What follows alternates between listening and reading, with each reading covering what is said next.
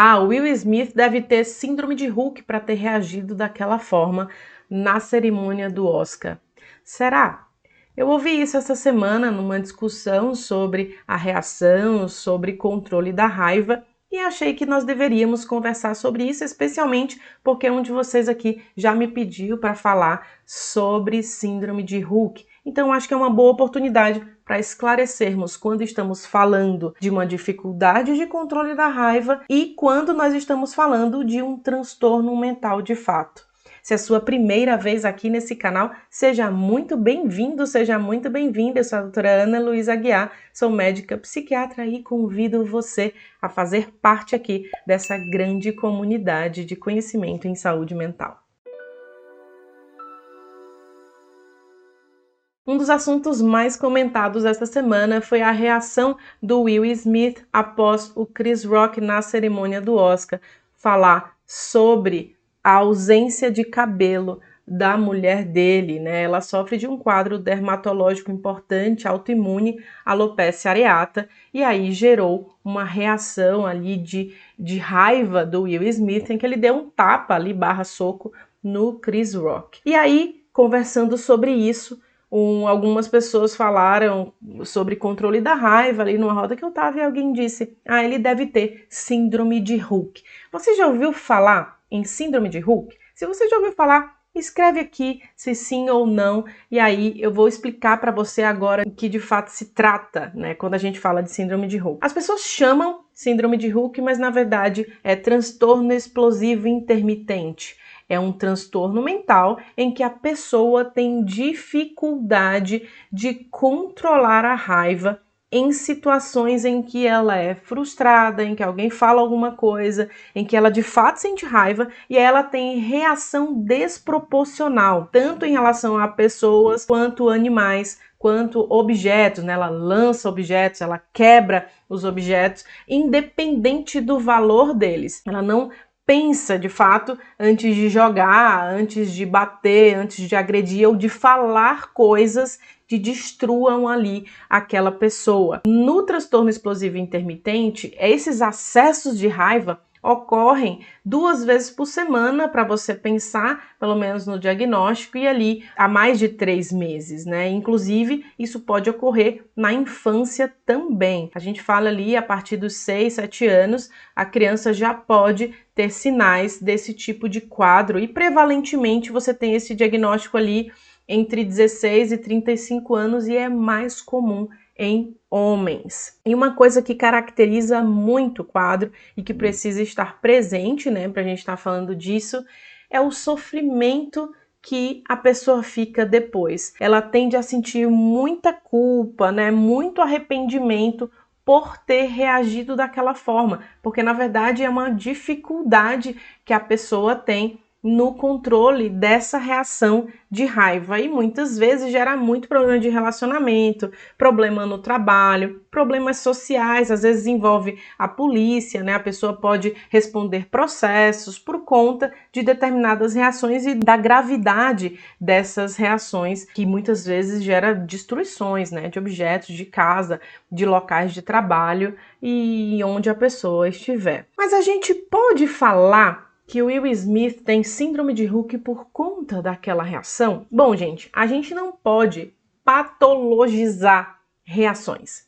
A gente não pode transformar em doença uma reação legítima, baseado em algo que foi falado ou qualquer outra situação de qualquer outra pessoa e dizer que por conta de ter reagido assim, tem um diagnóstico ou tem dificuldade de controle do impulso. Isso é apenas um retrato. Isso é apenas uma situação, um corte da vida da pessoa. A gente não dá diagnósticos baseados em cortes. E algumas pessoas comentaram, ele parecia estar à beira mesmo de uma explosão, ele não parecia bem. Isso aí acaba sendo especulação e, na verdade, a gente nunca sabe de fato o que uma pessoa está passando. A gente nunca sabe se aquela pessoa que está ali do lado, no carro do lado, você dirigindo, o que ela está sentindo e se ela está à beira de explodir por alguma situação que ela está vivendo. O que não quer dizer que ela tem alteração do controle do impulso. um transtorno explosivo intermitente. A gente não fecha diagnósticos baseados em reações, né, em algum momento na vida da pessoa. A gente precisa de uma construção, de uma história, né, de como aquela pessoa está nos últimos meses. E aí, vale ressaltar que isso vale para tudo, né? Muitas vezes a pessoa está mais triste ou está mais ansiosa e isso não significa que ela tem depressão ou que ela tem um transtorno de ansiedade. Aliás, vale lembrar que pessoas que têm transtorno explosivo intermitente tendem a ter mais diagnósticos de depressão e mais diagnósticos de transtorno de ansiedade. E também são pessoas que acabam tendo maiores diagnósticos em transtornos do uso de substância, né? O uso excessivo de álcool, o uso excessivo de outras drogas, né, estimulantes, que possam, inclusive, aliviar determinados sintomas que a pessoa tem. Isso é muito comum e a gente precisa pensar sobre isso, porque é bem comum que diagnósticos caminhem juntos, né, e que as pessoas acabem desenvolvendo outros quadros para aliviar sintomas de outros, né? Cerca de 4 vezes mais transtornos de depressão e ansiedade essas pessoas têm. E aí a gente precisa se preocupar com isso e por isso tratar. Tá? É uma coisa muito importante quando a gente fala de reações, né? A maneira como você reage é o que determina como você vai se sentir depois. No caso do TEI, né, do transtorno explosivo intermitente, a culpa corrói a pessoa depois, porque ela não queria reagir daquela maneira, ela entende que foi desproporcional, inclusive ela acaba arcando com diversas consequências, como rompimentos, perdas de trabalho e, como eu falei para vocês, às vezes processos judiciais por conta disso. Então, isso causa muito sofrimento. Então, tanto a gente precisa entender e ser mais empático em relação ao sofrimento do outro quando ele passa por uma situação como a esposa do Will Smith, né, no caso da alopecia areata, que é o quadro dela, quanto a gente também precisa começar a entender quando a gente está falando de um transtorno e quando a gente está falando de uma dificuldade de controle emocional, né, de ajuste das emoções às situações. A raiva é uma emoção genuína, faz parte de nós, então nós não precisamos conter sentir raiva, nós sentiremos raiva. E nós temos que sentir raiva, medo, tristeza, alegria, né? Tudo isso faz parte de nós. O que muda é a maneira como a gente reage, é a maneira como a gente lida com esse sentimento, ou com muita dificuldade, ou às vezes abafando. Algumas pessoas acabam abafando sentir raiva, muitas vezes pela criação, né? Às vezes até por questões religiosas, entendendo isso como errado, e esse sentimento acaba se transformando em outras coisas, né? Porque o nosso corpo acaba falando de alguma maneira.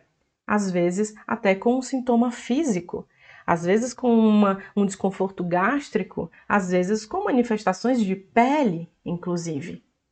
Então, as emoções são genuínas, nós sentimos todas elas, não devemos negá-las, mas para a gente falar de um transtorno, quando a gente está falando de, por exemplo, da dificuldade de controle da raiva, e no caso em questão, o transtorno explosivo intermitente, a síndrome de Hulk, nós temos que falar de acessos de raiva 2 vezes por semana, pelo menos por 3 meses, em relação a pessoas, objetos ou animais. Nós precisamos falar da ausência de premeditação disso, da ausência de substâncias como álcool e drogas que tenham engatilhado isso, e um sentimento de culpa, né? Um sentimento de arrependimento depois que isso acontece, além da desproporção da reação.